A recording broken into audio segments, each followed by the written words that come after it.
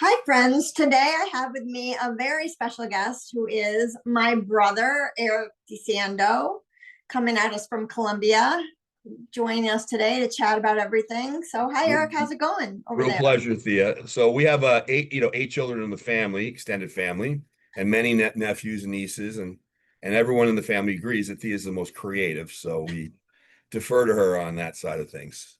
So it's great to be I'm on the podcast.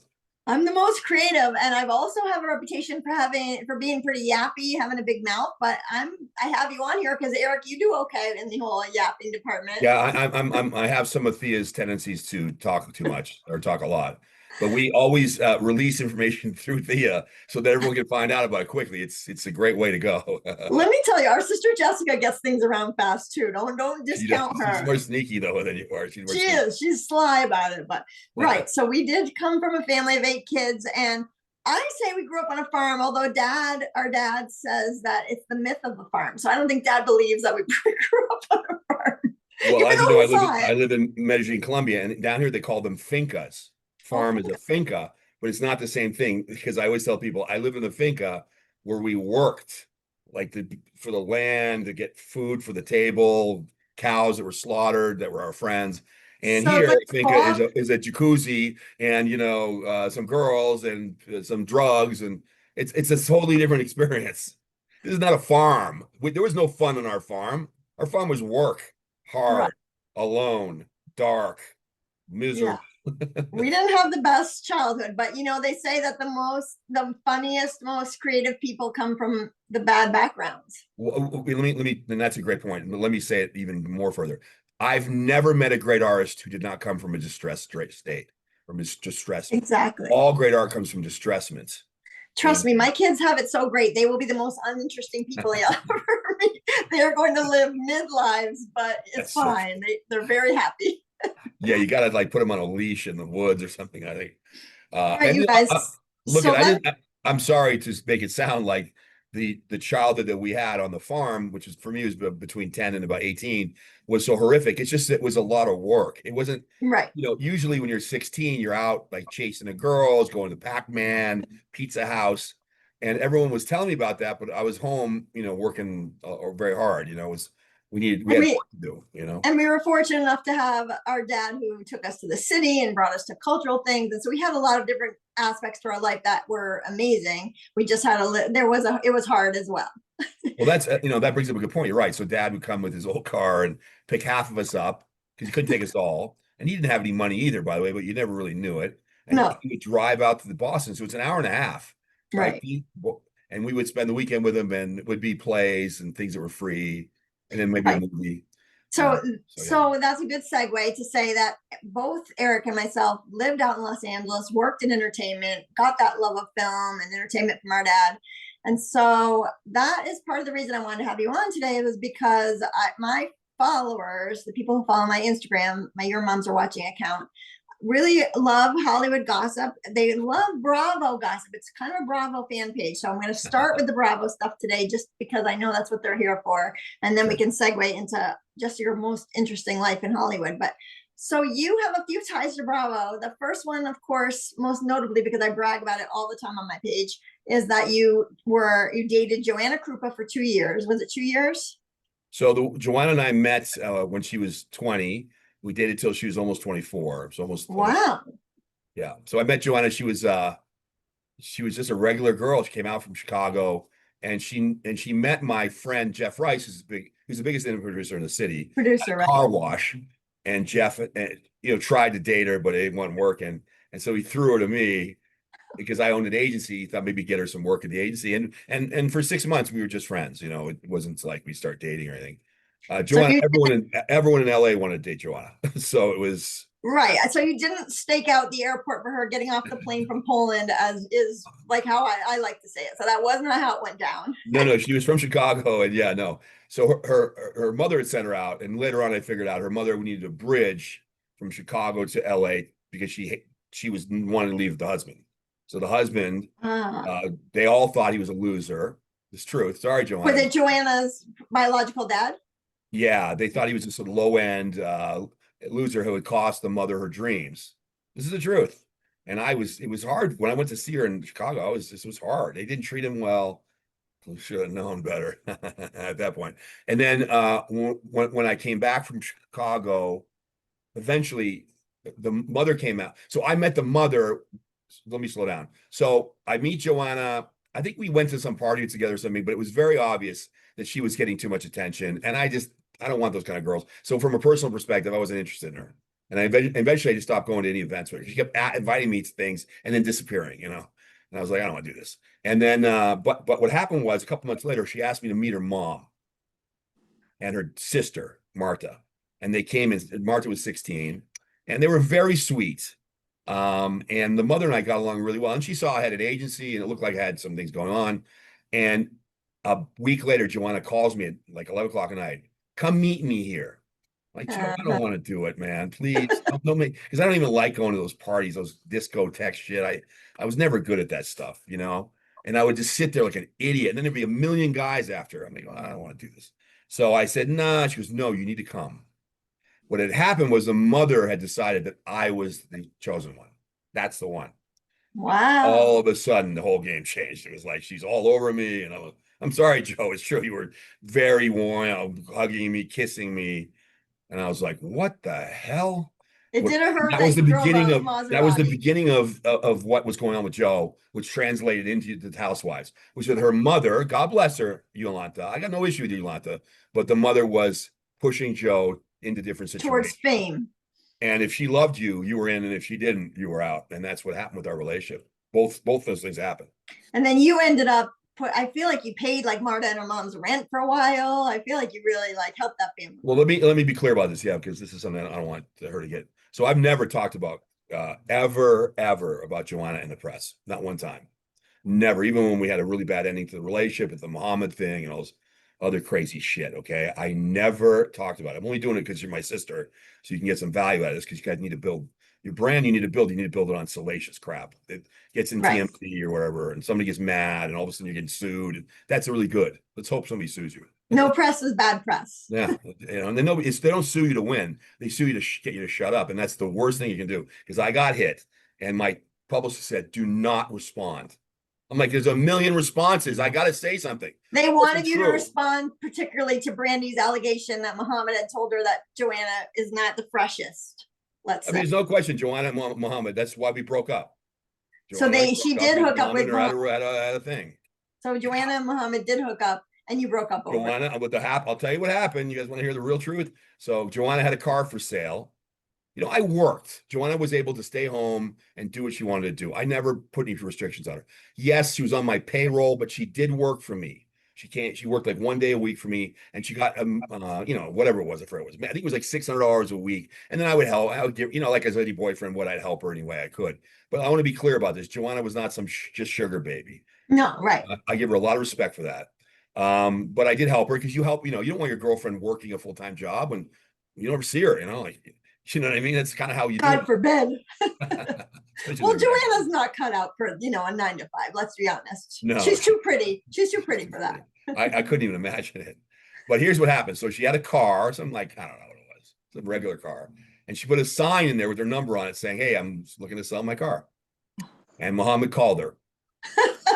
And she met with Muhammad. Oh God. Again, this has never been out before. This is the first time ever let me hear it. They went to lunch at Sunset Plaza.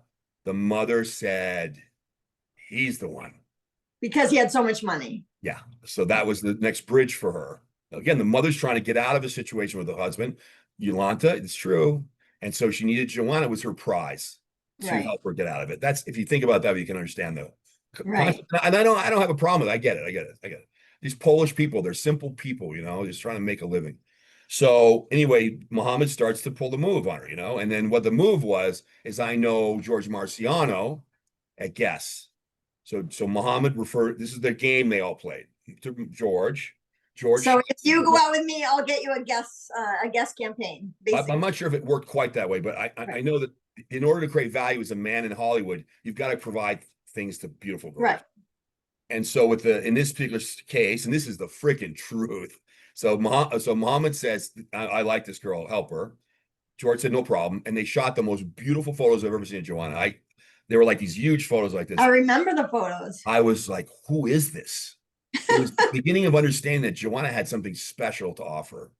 Joanna Krupa had something in her, had some ability to express herself on camera in a way that she wasn't a sexual person. She wasn't overly sexy, except for when she would dress up. But even then, she was always a little tough with the voice and everything. But man, when those photos came out, I went, Joanna, and she goes, I know. Now they didn't sign her to guess. And then eventually she did get a job working for Joe Francis. So Joe was part of the threesome. So Joe would also, so then he took her to Joe. Joe put her in the ad with Snoop Dogg. So all this is happening, right? All of it doesn't make any sense to me. Now her and Joe go to the movies, or they don't go to the That movies? happened later, because at first it was Muhammad. So then what happens is, sorry, Jojo, I never talked about this before, but Thea, I gotta talk.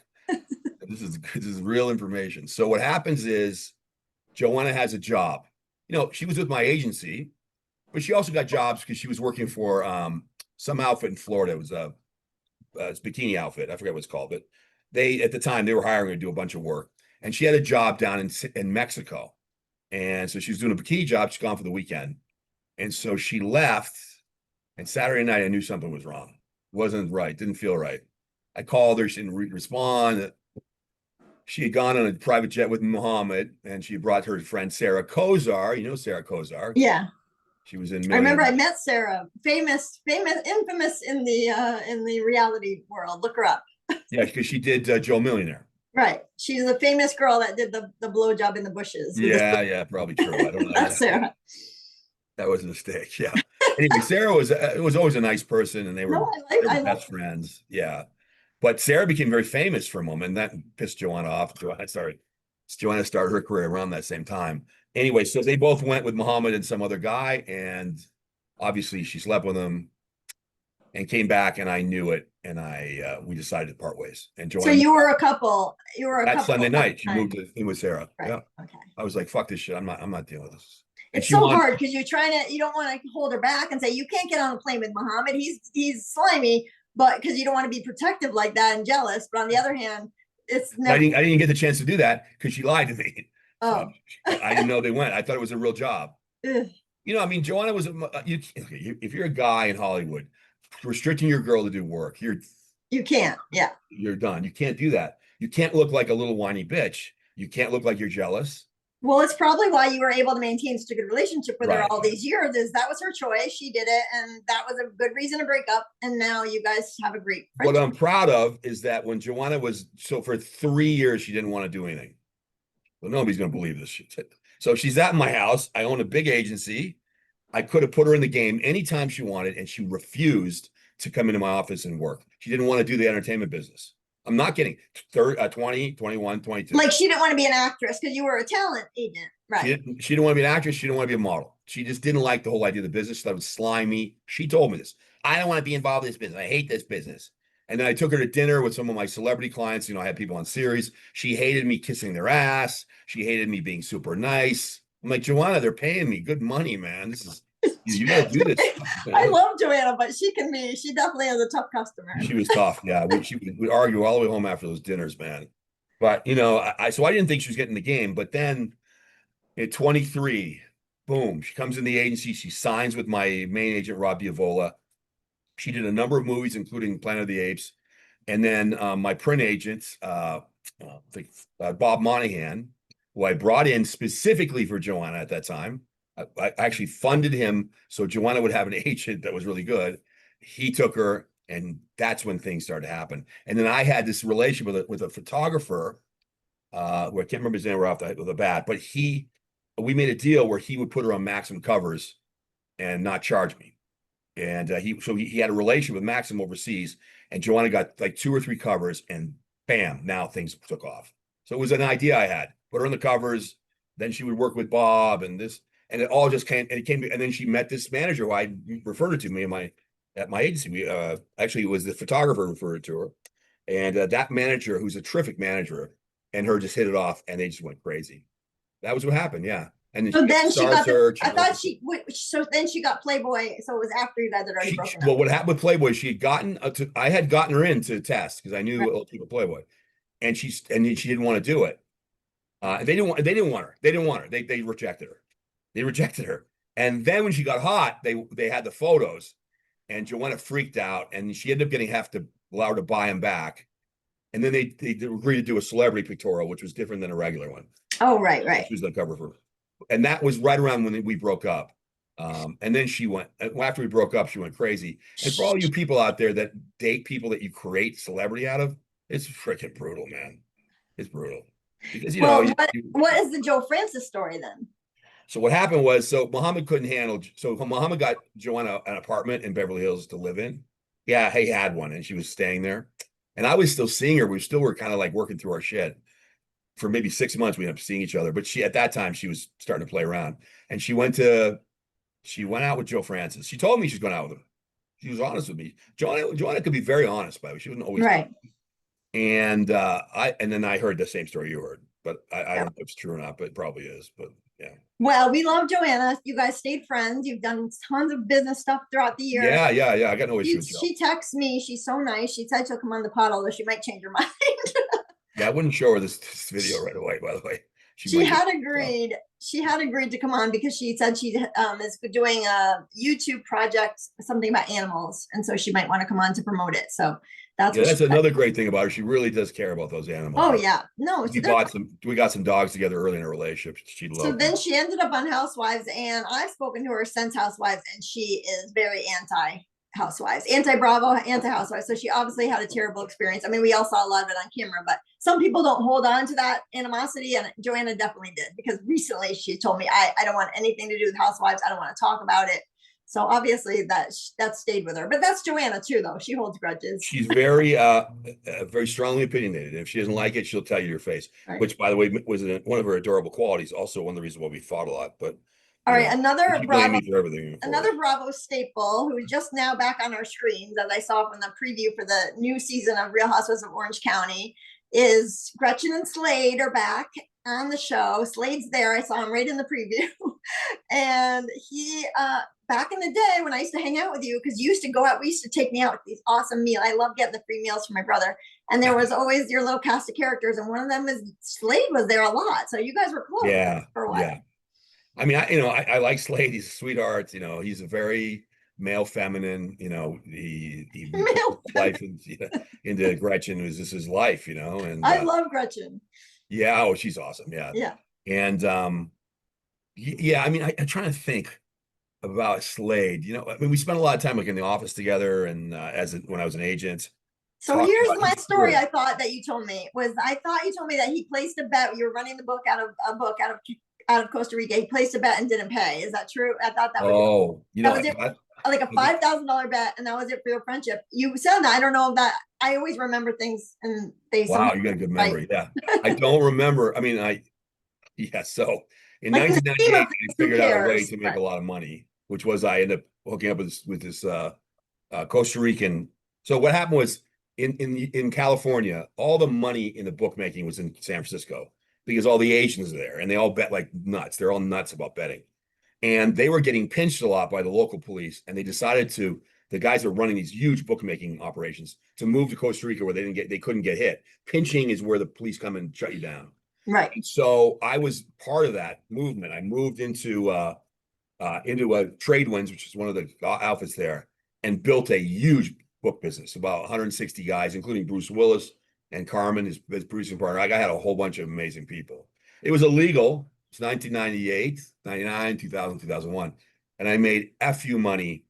And that's how I started the agency. I took that money and I put it in the agency. So and you made great contacts that way. Well, I remember Robert Willis. I went on a date with him. He lived in your building. He took me on a date. Such a nice guy. I don't remember Slade owing me 5G. Probably he bet through me. Maybe I'm wrong. But but you're not friends anymore, or you are, you just don't talk to him. It's funny. I haven't reached out to him. I should actually say hi to him. I reached out to Gretchen and told her that you're my brother and whatever. And she was like, oh, wow. tell him we said hi. So she Oh, that's was, sweet. so I don't think Yeah, there's, I don't have any negative things about him. So yeah, but he may have, we call it stiffing. He may have stiffed me out of some money, but I right. made so much money, it didn't matter. In the scheme of things, right, that's nothing. But I always thought about him, when I would have dinner with him and stuff. He was very harmless to me. He wasn't like skeevy, wasn't hitting on everything. Yeah. You and your friends were way more aggressive. Slade was Yeah. like a Yeah. little bit of a like just kind of a hanger on, which was funny that he became such a He big was very person. much feminine, he's a feminine positive. So he was really worried about Gretchen all the time. It was always all about Gretchen. But Gretchen wasn't with him at that point, right? No. Well, yeah, they broke up and they got back together, Okay, but okay. he was in love with her. I mean, it was nobody else. He did date a girl. Actually, it was a girl I liked that he ended up dating. I was pissed off because he got this girl. I was like, wanted to date her, and he got her. But it was just some random girl. He went He's right. handsome in person. I remember him, like, he has nice eyes. He's handsome, but he Yeah, was so quiet when it came to your rowdy group of friends. He was quiet, and he also really never like made eyes at me, which I was really surprised. he didn't like you. He never made eyes at me. Oh, yeah, no, he was a handsome I'm just guy. kidding. Yeah, yeah, he was handsome. He All just right, had that thing. He's just so you had a lot he of could have years. he could have done a lot more with his career, but he was really focused on her. And Yeah. God bless him. She's a great girl. So God bless him. And also, I feel like that he kind of fell into that like comfortable position of being like her kind of assistant slash husband. I mean, that Yeah. people get that way when you date a big personality and somebody who's on camera. I feel like he's probably more comfortable that way. I don't know. And don't forget, he had the kid at the time with the Right. autistic child, which unfortunately passed. Right. That was a lot, and he couldn't afford to. He didn't have any money, so he couldn't afford to really support the child the way it needed to be, and that was Yeah. a big drain on him. I mean, they left the show. There was no money coming in. It was kind of before social media. I'm sure he makes money now, but Right. Where you can't make sponsored things and stuff. I know he gets a lot of flack about that child. he really loved that kid, and he really tried. He was. Right. I had a lot of respect for that. So. And then what about, so then you used to go to the Playboy Mansion a lot. So Yeah, as a single male after Krupa, even with Krupa, I took. Oh, I got a funny story about the Playboy Mansion. So, so the way you go to the Playboy Mansion, if you're me, is I owned an agency. I would send photos, physical photos, over to Jenny, who worked for Hef. They would get the photos. They would look at the photos. Hef would look at them himself. No, yeah, no, yeah. And then it's so awful if you think about it, but I do know it worked that way. and she would send me back the photos of the approved. And then I would go ahead and let the girls know. And then if I brought the girls and they had to come all together, they weren't letting me in otherwise, I would get in. That's how it worked. It was like my payment. And I took Catherine Winnick. Catherine Winnick Cat and I were really good friends, never dated, just friends, but from Vikings, she's a star of Vikings. No, she's beautiful. Yeah. She was the first time she went to play my match. She was with me. And so I took, and then I took other girls. But here's the thing. A lot of the girls didn't want to go. So like some girl gets approved, didn't want to go. So I would then take this girl's information, make a card that she was going to college out there. We would print them up like a badge, and I would show Jenny the badges to let them in, so that she didn't know that they hadn't gotten approved. Right, that was the name on the list. So Joanna would desperately wanted her mother to go. Yolanta. Yolanta's old. Okay, no disrespect, Yolanta, but I mean, you're not the kind of person I get approved. So it was a Halloween, so I had her all made up. I got the card for her, and I took a bunch of heat from Jenny about it. And I ended up having to give her my wristbands to get her in because she couldn't get in otherwise. I mean, I was curious about the mansion. Everyone's curious. You want to see what's going on there for sure. Yeah, I mean, sure, no, and I had no problem. I mean, Yolanda's lovely, but it was just that I couldn't get her. She ended up not getting it. I had to give the wristband to get her in. Of course, Joanna was mad about this. I'm like, I don't know what am I supposed to do? And so now I think you told me once that Hef like wasn't a huge fan of like anybody that wasn't white coming in. Like, right? So he would never choose Asian or black girls. Now his brother only dated black girls, so that's kind of where. And I asked Jenny one time, she goes, yeah, honey, that's not what he likes. So. That is so gross. And then also wait, first I want to ask you about Meghan Markle, because people, Erik, when I tell you, people are obsessed with her, but they are beyond obsessed with Meghan Markle, in a good way and a bad way. People hate her or love her, but I remember she was at your agency. Yeah, so Meghan joined the agency in 2001. Her father had actually referred her. My agent Rob knew the father from what's the show on? What was the show he did? He did all the lighting for not Married with Children, but There was what was that show? What was the fucking show? The show was uh with the like almost like an Archie Bunker show. It was like the main guy, and he had the beautiful blonde daughter and the brother, and it was anyway, Married with Children. Married with Children. It was Married with Children. Yeah, Al But, Bundy. yeah, so that her dad worked on that show. He's Oh, a very good below the line guy. It sent Rob Meghan. Now Meghan's problem was well known. She could act, but she did not look black enough nor white enough. She had freckles. Who the hell is going to put her? I mean, you can't put her opposite Denzel like as a daughter. You know what I mean? So we had a hard time early on getting her any jobs, but she was getting callbacks. Casting loved her. She had a car, like she couldn't even get in the car. She had to go through the back. She had to go through the back of the car and crawl in to drive. her doors didn't open on her car. Yeah, they wouldn't open. And she, she was really hard, and she stuck with it. I mean, so my impression of Meghan's really good. I mean, I think she missed one callback for one series regular, and Rob never forgot it because she went to see her friends in San Francisco. She missed it. Oh, she didn't show up for a callback that she. Well, she canceled. Yeah, she canceled the callback for a series regular, and that was a big deal. It's hard to get those jobs. So no, it's hard to get those auditions. Forget the job. So but you didn't think that was because I met her a few times, and you didn't think that was because she just thought she was too good for it. At that point, she was very into like getting bigger. I mean, she was nothing really when she signed with you. So she was. No, I mean, literally, she was penniless and just another actress. But she came through her dad, Thomas, his name is, I think, and she worked really hard. Now, the reason why Meghan was known by our agency is because over the intercom, they would say, hey, Rob, you have casting on line 2 for Meghan Markle. And she just has that name.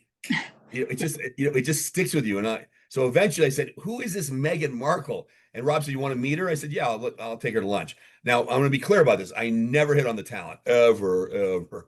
We have to make it clear. Oh, yeah. You never hit on Meghan Markle. They would have eviscerated me at the agency. I was a young owner, and so I had to be super careful. My agents were looking at me, and I had some agents that were kind of scammy. They wanted to, and I told them, you cannot date the talent unless you're in love, period. And that was CAA's rule too, by the way. And so anyway, so when I met Meghan, of course, I was very professional. We had a nice talk. And what I took out of the conversation was, this is a very serious girl. She was scary serious. I like serious. I'm like, this girl scares me, man. She's serious about getting famous, or serious just as a person. She doesn't have a sense of humor. She had a very strong sense of where she was going. Oh. No, look at Thea. I met a lot of models or actors at my agency. I never said this before or after. I couldn't believe it. That how strong she was about what she thought. And a lot of it had to do with charity. It was good stuff, but it was obvious to me that she was nothing but business. And I think that part of her personality makes her, people think she's a bitch. Polarizing. Right. Right. But she was always that way. For those of you out there, I own the agency. She should have been kissing my ass. It was like, well, wait a minute. I thought she was so nice. I met her a few times at your agency. I thought she was so sweet. And I thought that I had the impression that you didn't think she was like hot enough, but I guess it wasn't. No, it was just that her ethnicity was the problem. Let me be clear about it. She was extremely beautiful. I was like, man, that girl is so beautiful. Right. Because I remember her being beautiful, but definitely not the typical beautiful blonde bimbo LA type. Not at all. No, she wasn't that way at all. And so when people ask me now about her, I'm like, well, I thought she was awesome. I mean, she worked for me. So what we did was, here's an interesting story. So she was really broke, and Jimmy DeVillarreal, one of my agents, was working with Deal or No Deal. And they were looking for girls, and we had about 5 girls on the show. And Richie asked Rob, who's her main agent, hey, can I put her in for it? He goes, yeah, go ahead. And she got the show, and she worked the show. I never heard her complain. I mean, I signed all the checks, but I didn't know she was felt exploited, because I know that came out later on. She seemed to be happy to get the work, man. That's what I thought I saw. You're saying she thought she was too good to do Deal for No Deal. I mean, now, later on, I heard that, and I was like, oh, come on. Right. Like, man, you were broke. It's $234 a episode. She could do 2 a day. And how much did she make? It was $234 per episode, I think. I know. But now she's a member of the royal family. I'm pretty sure she doesn't look back at that as like her salad days. Yeah, I will say, when I heard that she was dating him, and I said to my friends, why? No disrespect to Harry or anything. I don't know this guy, but she had a good life, man. She built a really good life for herself. she was going to give that all up to be in a cage where people look at her. I was right, man. Well, she fell in love. She loved her. Yeah. That I respect that. But it was just obviously a bad move for she was making, I don't know, 75 a week on, I don't know how much she was making, but I'm guessing 75,000 a week on Suits. Suits, Money, yeah. man. No, she was doing great, of course. But it's a whole nother level, the royal family. It's a whole nother level of success when you infiltrate that group. So Pass. I'm passing on that. My being in the press was not a good. It was not a good time when I worked for Trump. I never care about that. That's why I live in South America. Another Bravo connection that you have is you worked for Donald Trump. You did pageant coaching. Two girls that are on Bravo, or were on Bravo, went through your coaching team. Oh, is that right? Yeah. Because Courtney was Rachel Leviss. Courtney was the star of the show, man. Rachel Leviss, who is at the heart of Scandival. I don't know if you've heard about any of this, but she went through your coaching, and my sister Courtney and her were close. Courtney talked to her mom all the time. And then Nia Sanchez, who's now on on The Valley, who we all love, just had her fourth baby. She went through your coaching and actually talked to Nia about you. I've talked to Rachel about you too, but yeah, you worked for Donald Trump, which is crazy. How was your experience with the man? Well, I really worked for Keith Lewis, right, who was the franchise holder for California, New York, New Hampshire. And then I worked for Maine, Kentucky, Utah, and Arizona as well. So just so everyone understands this. So Trump has a Miss USA, and every state pays a fee to be the franchisee. Some states have some people have multiple states they handle. Right. Keith and I did. Well, Keith was doing California when I owned the agency, and Keith Lewis was my partner at the agency, my business partner. And Keith decided to buy the franchise for California by himself. And, look, I don't hope this doesn't sound wrong, but, Keith's gay, but very straight gay guy. He was perfectly situated because he really knows how to talk to the girls and get them ready. I mean, Keith's an amazing director. And when my business failed in 2009, my kids' business, I ended up taking that. I worked for him and decided to do recruiting and sales. And the only way to do that was to take girls that had no chance of winning and getting them to feel like they could get value out of this without having to win. Nia was an obvious candidate to win. So she didn't have to do any of the stuff that the other girls did, but she was very supportive and she came on our calls, and she was an experienced pageant girl. I couldn't say a bad word about her. She's a sweetheart, man. No, she's so nice. I love her. We talked about it. She had a great positive experience there. Yeah, she really was she was that girl. And many of the top girls were really nice. And that's a misnomer is that they're bitches. They're not at all. And then did you ever know, her name used to be Raquel, but did you ever know Raquel? I know Courtney did. I don't know. Yeah, Raquel was another winner from California. She lived in Bakersfield. Oh, God. No, I mean, it's like she lived in California. And she came in and she had a very good looking, they all have good looking boyfriends, by the way. She has a really good looking husband. Was he a husband or boyfriend? I don't know who she ended up marrying, but I thought she was great. She was always very nice. And yeah, Raquel's awesome. They both are. They both are cut from the best. I told everyone I couldn't believe the quality of girls I was dealing with. I was really into it. And then our sister Courtney got involved, and she just blew doors. Courtney ended up being the key to the whole she's thing. Amazing. Yeah. I mean, these girls still rave about Courtney. That when I reach out to them, of course, trying to garner their favor by saying like, "Oh, you went to my brother's pageant." And then I say Courtney, and they're like, "Oh, Courtney." I was so blessed that she came aboard and then just did her magic.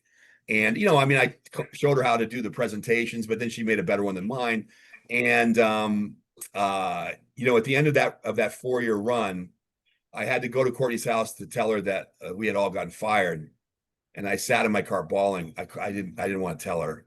You felt bad because she was doing horrible. I would have taken the stake on the thing. But it ended up being such a dysfunctional business that you were lucky that you got fired, right? Well, let's talk about the end for a minute, because the end's really interesting. So this is another thing I've never talked about because I was told to not talk about it.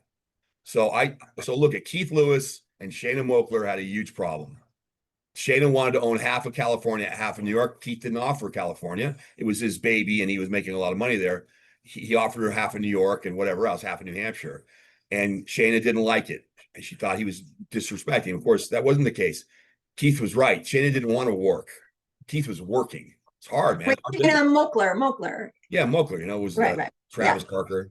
Right. And even though Shanna and I had a great relationship, because I was the guy doing the work to get those guys to look good, she went after him and discredited him. and eventually was able to get him out. And part of the doing that was to discredit me, which was easy, by the way. It wasn't that I difficult. had no idea she was behind that. I knew you got Oh, ready she to put hear up that. the pageant boards on us. Anybody ever have a problem with Eric or Keith or Oh and then no. one of my guys in San Francisco supposedly propositioned a girl, fucking Domingo. Oh, I remember Domingo. Well, 63-year-old I had guy no who had idea a Shanna was behind that, but it's so yeah, Moakler was behind it's it. Moakler, you were behind it, and we had a conversation about it. It was and then she got to Vegas, but she wanted to kill Keith. She wanted to kill him, and Keith was the best thing ever happened to Miss USA. Forget me, like I was the one that punching the numbers up. We had more girls compete than anybody ever had in the history of the competition. But Keith ran it and made sure the girls looked beautiful and felt. And if a girl won, he put money into her. Like he was really extraordinary. And he would never like hit on the girls, obviously. right. So the girls were safe with him. I felt equally bad about Keith losing the deal. But Courtney was, and I don't know if Courtney knows this or not, but it was just devastating to me. I've let my sister down. I would have given anything for her to be part of if they move forward, but it didn't work that way. They wanted to get rid of us all. Right. So, So but it's interesting. If you don't mind, I'll just tell a little bit about the story. So, Me Too happened in 2014. right. Me Too happened to me in 2013. So Mhm. Me Too, which I was friends with, what's her name from God, who was the first Me Tooer? She dated Marilyn Manson. She's a friend of mine, man. Her and I spent time together. She told me the whole story about everything. Anyway, she was the one who went after Harvey, and she was an actress on one of the shows, and she was my friend, man. She's I'll think of it in a minute. But so I knew the Me Too movement, and I was very supportive of it because early on, the girls that came forward had really been abused. Later on, it became a little bit of any guy that did anything would get hammered. This is me alone, had dealt with over 10,000 girls in 8 states, pitching my idea of what it should be about being about branding yourself as a woman in 2010, 11, 12. I had a specific idea how to do it. And I believe that Miss USA could give you the brand you needed to launch yourself into the business, whether you won or not. Obviously, if you win with the crown on, you get that valuation. Everyone else didn't. But your idea was to capitalize on just even being in the organization at all. well, I'm going to give you Miss Statue of Liberty, see? Right. That's a great title. You can meet with the mayor or the city councilman. Right. I remember Raquel Leviss, now Rachel, did a lot of small pageants like that, like Miss, Malibu. Yeah. Right. Miss Bakersfield. She really loved the pageant business, and God bless her, she was a sweetheart. But I wasn't talking about the Raquels really, because Raquel, she knew she was gonna be top 20. But I had a lot of girls who were top 60. They were gonna win. So the idea was you're gonna spend that 1,800, which was expensive because I was expensive because they had to pay me. And then I was going to show you how to take that title and other assets within the organization and build a brand. And I was really good at it, like really good. And so that's why we exploded. So Trump's people thought that we were lying to the girls. And so they sent spies in the first week we were in New York, because we got New York. Trump gave us New York, but they were sure that we were lying. And they thought you were promising things that you couldn't deliver, right. just to so get this is the fight. This is a God's honest truth. So they come in. I know they're there, by the way, because I heard something. But I'm going to give the same presentation I always give. The first thing I say is, if you're here to win, I want you to wait till the end, because you get value out of this whole thing, and not sign up. What? Yeah, because that's not the right outcome. What I want you to do is think about how you brand yourself and meet these amazing girls. Your roommate's going to be your best friend. Da, da, da, da, da. I said, I want you to think differently about the competition, because if you take your mind off ego, which means off outcome, you could win. Right. But you shouldn't do it for that reason. And they fucking couldn't believe it at Miss USA. They didn't like, Trump doesn't like that pitch. He's telling them they're not going to win, and they should stay. And so it was great. It was a great moment for us. And I still got them to sign up, of course. Now they wanted to sign up. Right. So anyway, but back to the thing. So I dealt with over 10,000 girls. There was a girl in California named Miranda Bryant, and Miranda was crazy, but she was a cute crazy. She was just nuts. She was really nuts. She had this accent from Tennessee. She wore hugging, like she when she got her title of Miss in Sherman Oaks or whatever it was. Oh, she just took off with that. It was the best thing ever happened to her. and she really loved the whole thing. And she would text me all the time.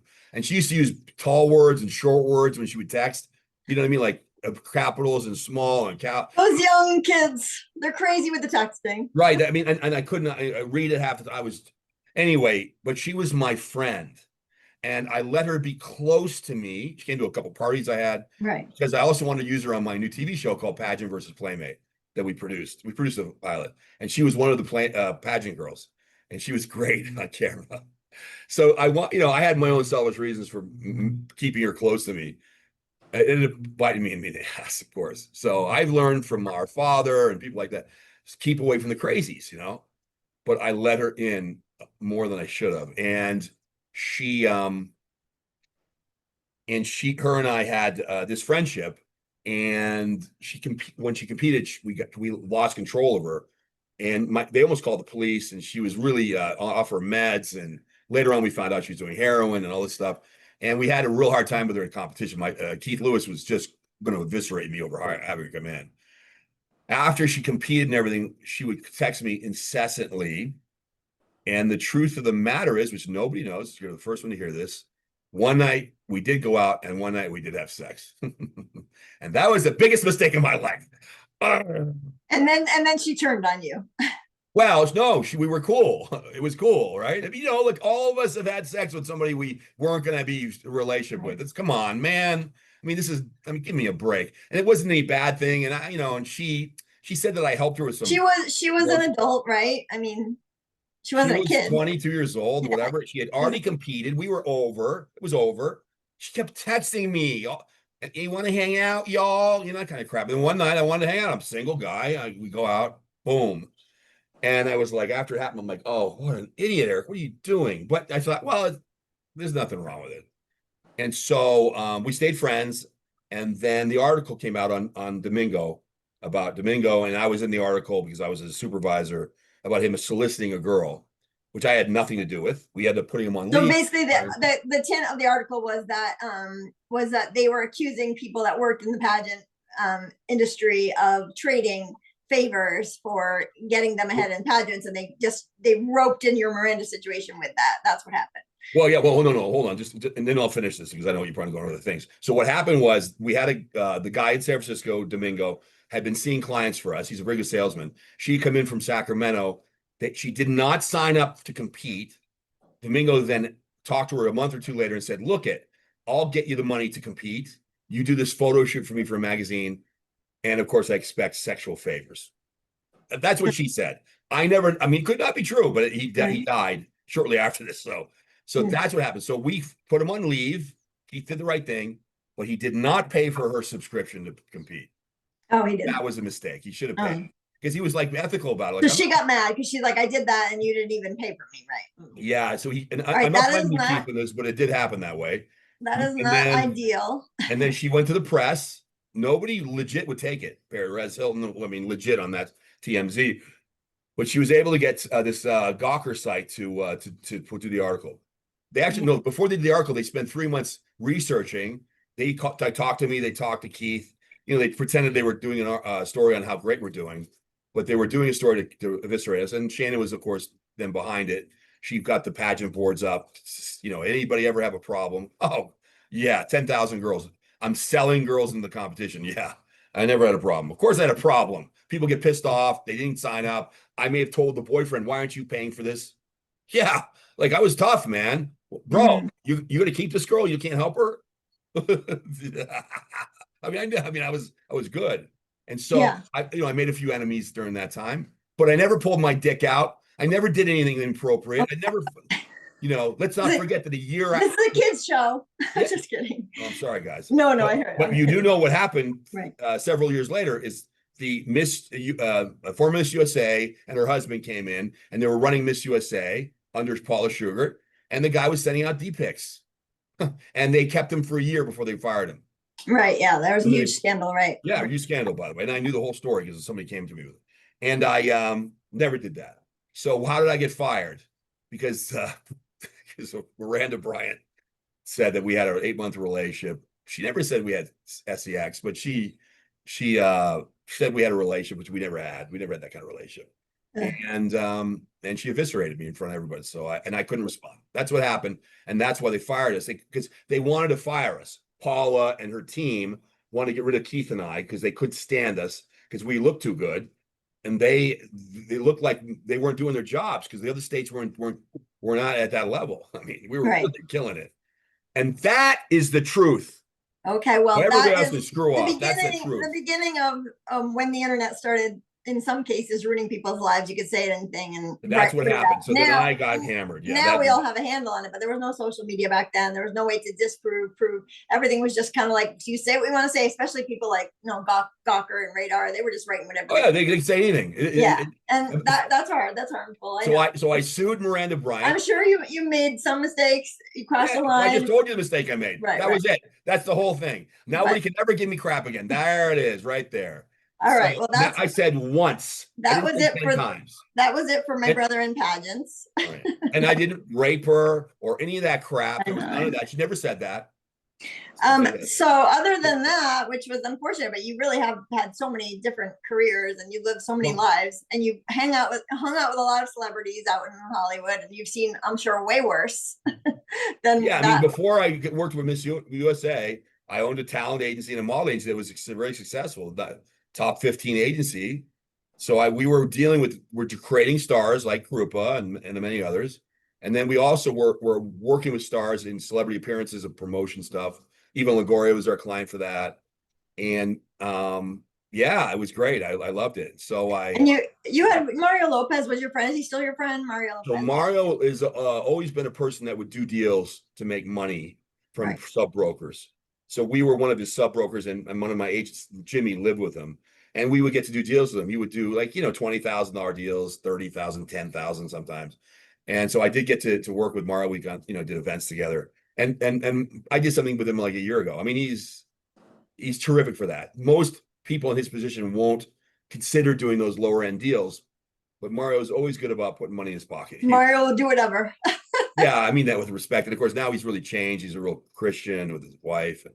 I went to his wedding with Joe Francis. I was there at Joe's house with the wedding. Yeah.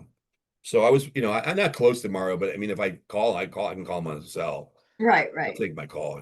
And you've worked with Janice Dickinson too. Oh, Janice, man. Yeah, we had a good time together.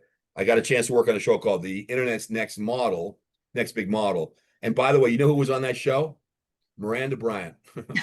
I have video of her on the show. I helped her get on the show. I mean, I was her friend, man. I like people.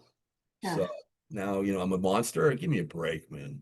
Give me a break. No, well, I know you for, my whole entire life, and you have the biggest heart of anyone I know. You're the most generous person ever. And obviously you're one, if there was a fault, your Achilles heel is beautiful women. I get it. But I have always found you to be respectful. Fair enough. I'll take that criticism.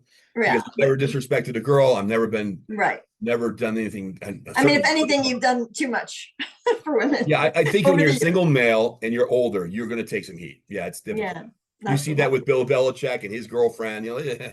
Boy, it's hard, man. It's a hard game to play. Yeah, Bill Belichick is punching up. Yeah, and I had in the celebrity business, we had so what I decided to do was do these parties once a quarter at the Beverly Hills Hotel. So we would take the downstairs where the pool is, and we would just take all the tables because you couldn't rent it. And then I would invite all my top talent, like especially women, matter of fact, mostly women. Attractive women. Yeah. And then I would invite like maybe 25 girls that were gorgeous. And then I would invite guys that I wanted to meet. Now, let me be clear about it. I want everyone to hear this.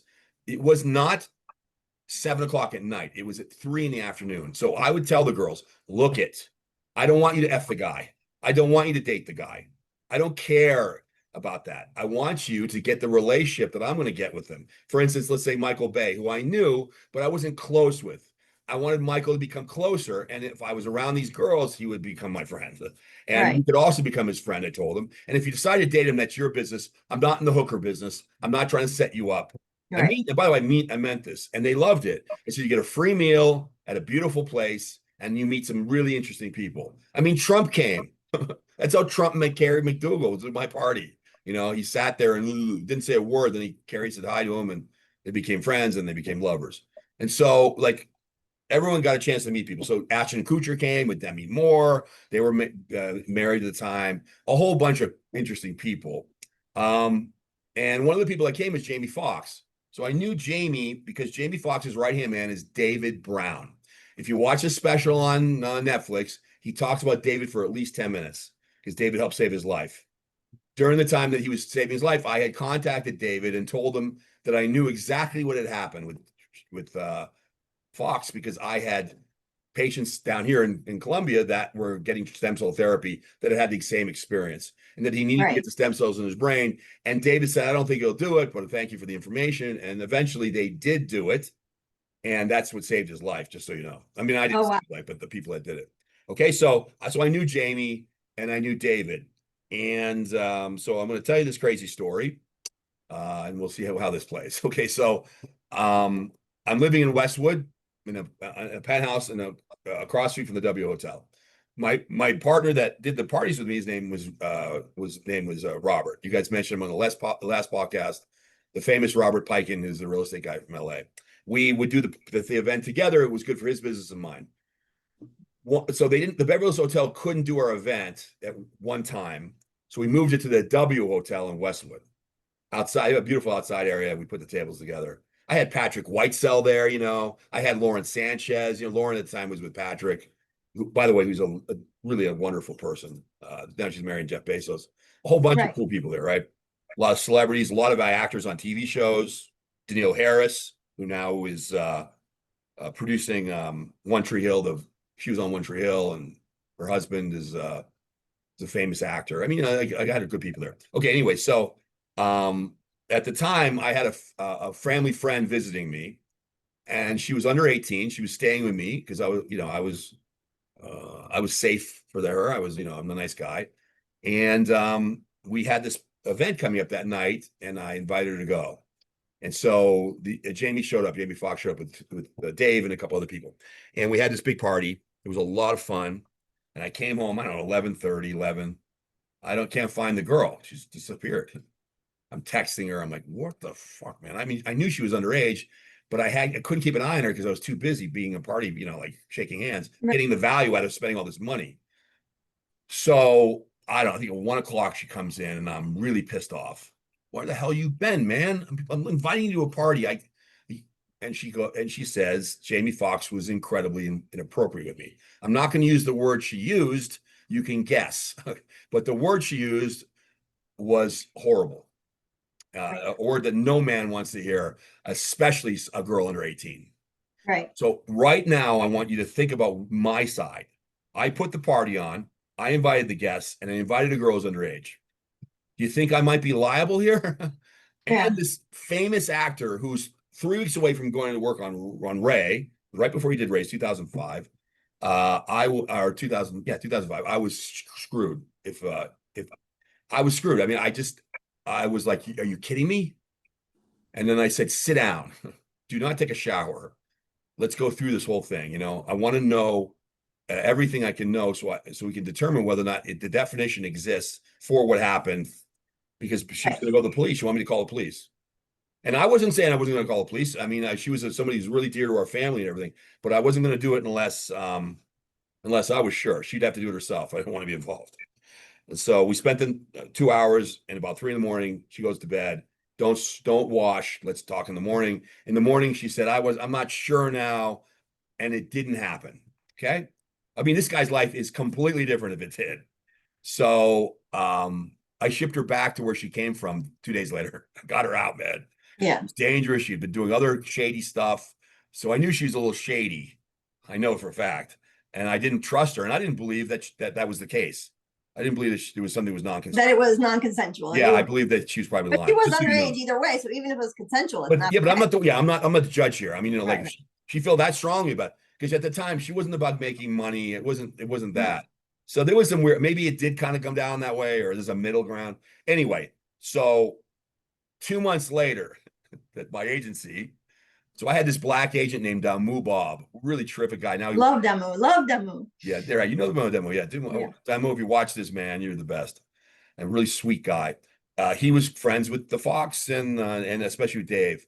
And they called him and said, Jamie's inviting Erik to a party, and he has a present for him. Now, there was no association between I told you and this. It was just separate. Right. But it kind of felt like there was an association, but I didn't say anything. So again, you own an agency. You can't go like, hey, can I get a photo for my Instagram? You don't do that shit. You have to look like you don't care. I said, of course I'll come. You don't have to give me a present. I'll come. It's a private event up on Sunset. It was for his birthday, Jamie's birthday. So I go to the party with Robert Piken and said hi to the guys. So they were sitting with not Clive Owen, the other one, Quincy Jones. So it's Quincy Jones because Jamie's starting to do music.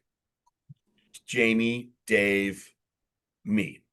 So I don't sit down because I don't know them well enough. Okay, I'm not like they're buddies, except for Dave. I just kind of go, "Hey guys, I really appreciate you inviting me, man. Happy birthday."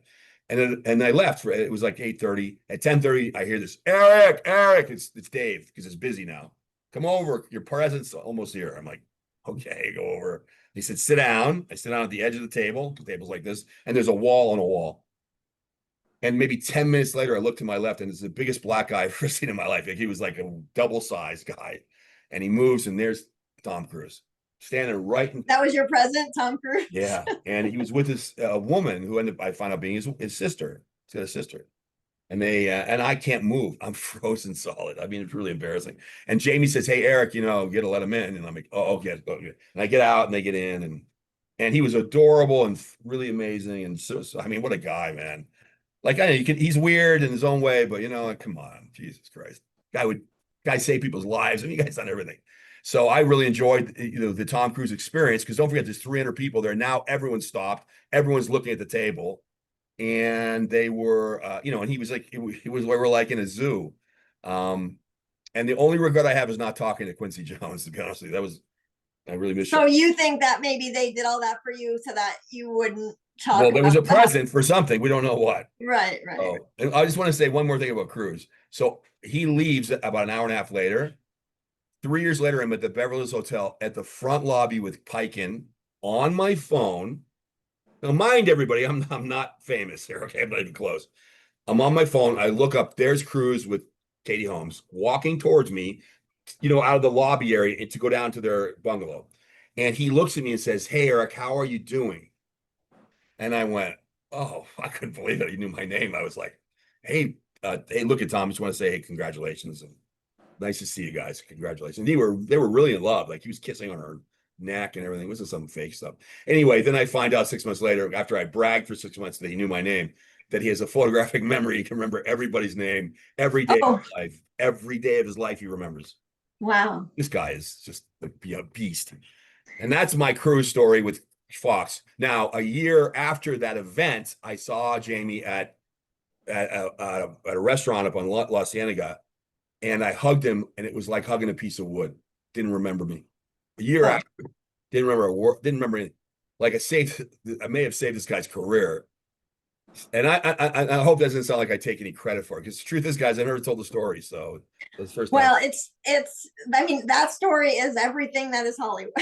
It is celebrity. It is the men over the women. It is all the things, like, all rolled into one, all the power that these men have. I mean, the Diddy freak offs and all that come to mind. It's just all this stuff that people were abusing. And I know for a fact you never abused it, but I'm saying, like, that's so common. It was so common for these hookups to happen. And it was so common for then someone to do a clandestine call 2 months later and say, hey, Erik, come by. Like, yeah, just in case you ever get any ideas of making that go public. Trust me, I've worked for A-list celebrities, and they will stop at nothing to shut you up. So there are girls that have said to me, I slept with you because I thought you could do something for me. Right. But I go, but I didn't tell you I could do it. No, you didn't. But I thought you could. I'm like, oh, that feels like crap.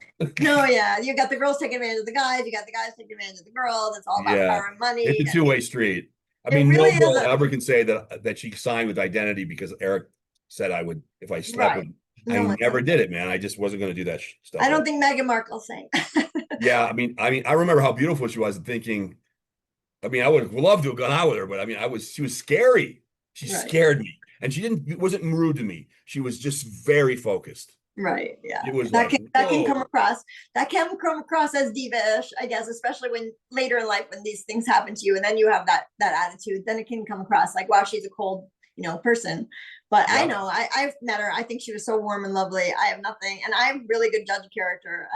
People always ask me like, "Oh, you ever meet Meghan Markle? How is she?" I'm like, "She's lovely. She was a lovely girl." I got the impression that she wasn't working a lot because of that. She wasn't pretty enough, but you're saying maybe it was because back then mixed race didn't sell, but now It's because she wasn't black enough, and she would tell you this. She just didn't have enough color to get the black roles, and she was not white.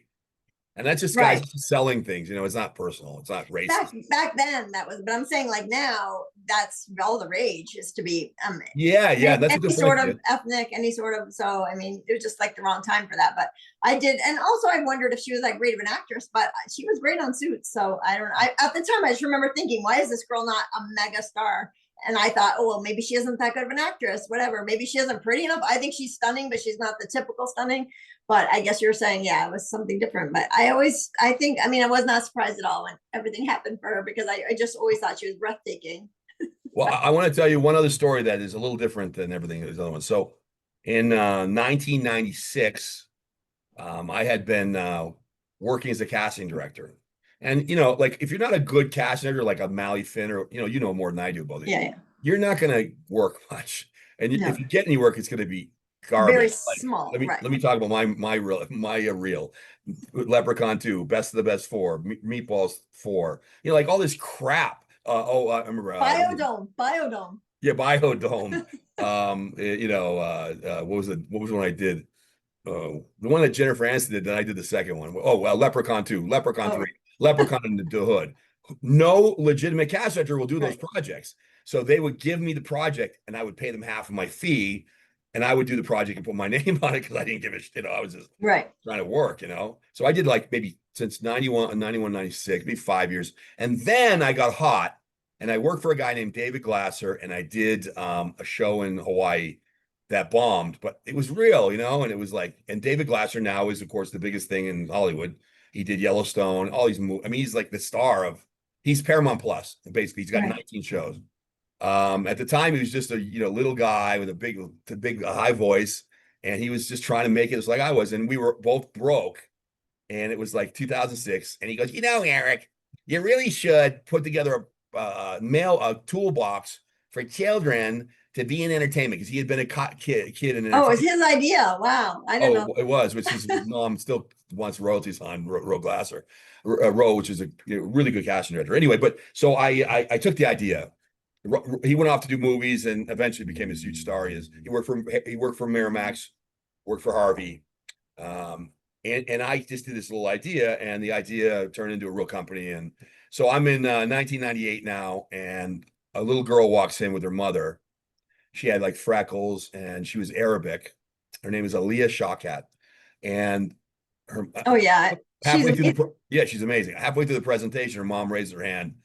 Her name's her dad's name is Tony. I forget the name. She goes, "Hey, we want to get started." And I said, "Hold on." He's like, "You got me. We're in. What do you need?" It was like $1,000. I don't know how much the product was at the time. It was 500 or 1,000. It wasn't very expensive. No. But it gave you the tools to get in the game. And they lived in Palm Springs. The parents were in the strip club business. Aliyah Shawkat's parents were strip club owners. Yeah. And so, and they were cool. I mean, they were cool people, but they didn't have any contacts in Hollywood. So I then immediately had her sign with my management arm. So I sell her my product, which I don't think she even did. Management arm, signed her to Buchwald. And there's a movie called The Three Kings. And God, what do you know, that one of the lead kids has to speak Arabic. And she had no experience, man. She'd done some print job. Oh, that's how she got her start. So she was with your agency when she got her start. Yeah, well, I didn't have an agency. I was just like managing kids. Oh, management. Right. What happened there was I thought, well, maybe a kid will be good that I find, because nobody had ever done this before. You never know, right? In Hollywood, yeah. And so she came in, and Aaliyah Pipes came in, who was a great actress now. But anyway, and then she got the role. She got this role, and I remember going to the premiere. I was so proud, like I couldn't believe my little product. And now, she's done a lot of work. She was on Arrested Development and really built a career. No, she's amazing. And of course, I take only the credit of being able to. I give you credit for discovering her, discovering Meghan Markle, discovering Joanna. But this is different because I know. Like I made a product. Like this is like whack, man. And at one point in my career, I had my company that we now call the Hollywood Group, Hollywood Handbook. Right. I had identity on the same floor of a building.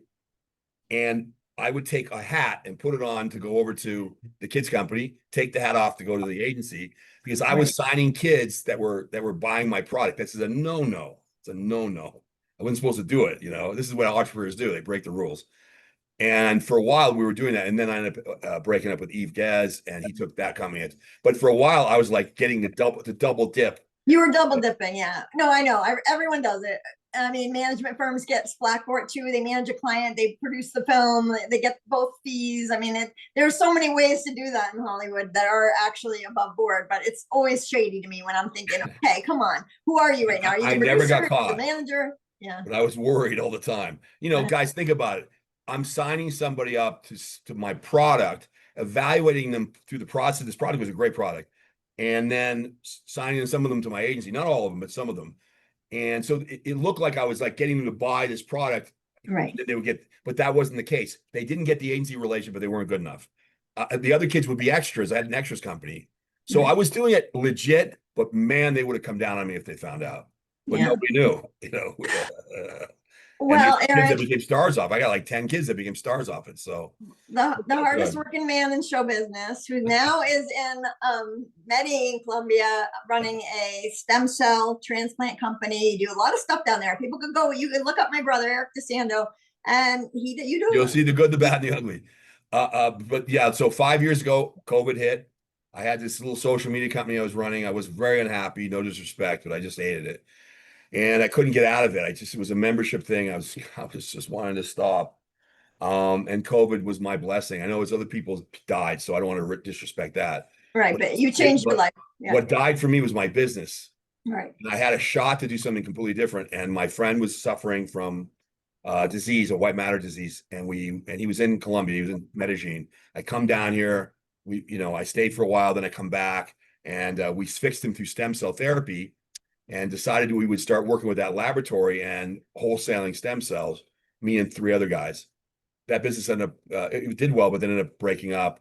And then I opened my own, brought in a partner who's amazing, Richard, and some other people. And we are the second biggest providers in Colombia. And I just found out that Alex Parade is coming down to get treatment. Alex is the biggest star of MMA. I mean, like, nobody could get him. And I got really lucky because his manager's a great guy. Right. It's just so great. Stem cells are obviously revolutionary, and insurance doesn't cover it. USA has laws against it. It's all this stuff. So right. The US doesn't allow it. Yeah. A lot of people are fronting. I almost got Joanna to come down, but then she canceled on me last minute, but I tried. So this is a legitimate business. It sounds amazing. I want to go down and get stem cells for my multiple sclerosis, or our whole family's in line to go down and get your stem cells. But I think it's amazing what you're doing now. I've always admired you. I've always admired your hustle. Obviously you have a storied past. You've made mistakes, as have I. But I really have always admired your character and how you treat people, because you have literally pulled me up from so many situations in my life that I would have no idea how I would have gotten out of. So the entertainment business is very hard. It's very hard to make money, It is. It's hard. It's easy to go down the negative path. You know what I mean? You can do it really easily.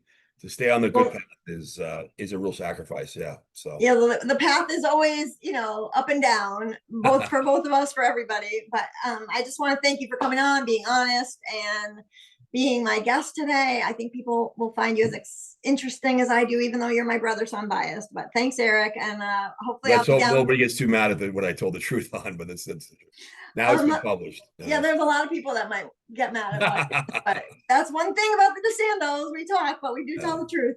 All right, Erik. Well, thank you so much, and I'll talk to you soon. Have fun down there. Hopefully, I'll be down to visit you soon. I hope so. All right, love you. All right. Okay, bye. Love you.